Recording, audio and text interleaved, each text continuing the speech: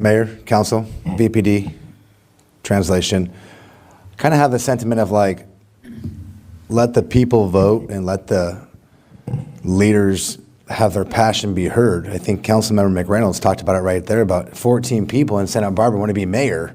That's a pretty desired position, right? And then you get into the city structure. What's really happening and then what does the public think is happening are two different things, perception and reality. And if you ask someone in the community who runs the city of a town in general, is it the mayor or the city manager? I think most people are going to say the mayor. But we know in our charter structure, it's the city manager.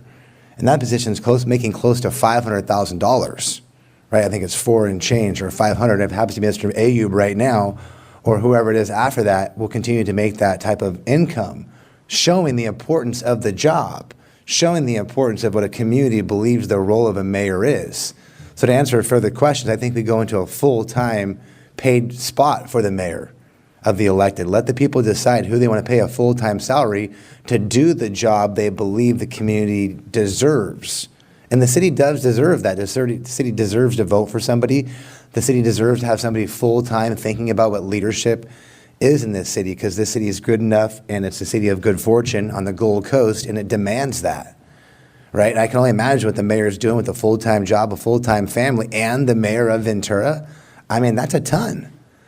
And so you look at examples of how the charter breaks off from at-large to go into districts. Should we have put the mayor involved in the back? Maybe we should have.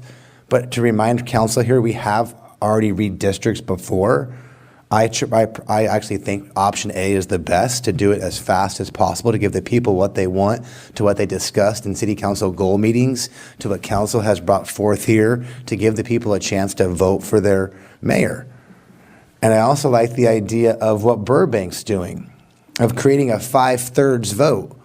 With respect to what Mr. City Clerk said in his presentation about having a tie, there won't be a 4-4 tie if we move the charter to say you have to have 5 votes to pass something. Because if we have a 4-4, I think that would equal a loss, right? So we wouldn't really have ties in that situation. We'd have 7 council members representing 7 existing districts that wouldn't invoke the Voter Rights Act or defranchise anybody. It would just add one position, one full-time position for someone to really care about this community and allow you to represent your districts equally. Right now, I believe the mayor almost puts their district at a disadvantage because of the time and energy it takes, because the community believes the mayor represents the city as a whole, while you still represent the city as a whole and also your district. That's very difficult to do.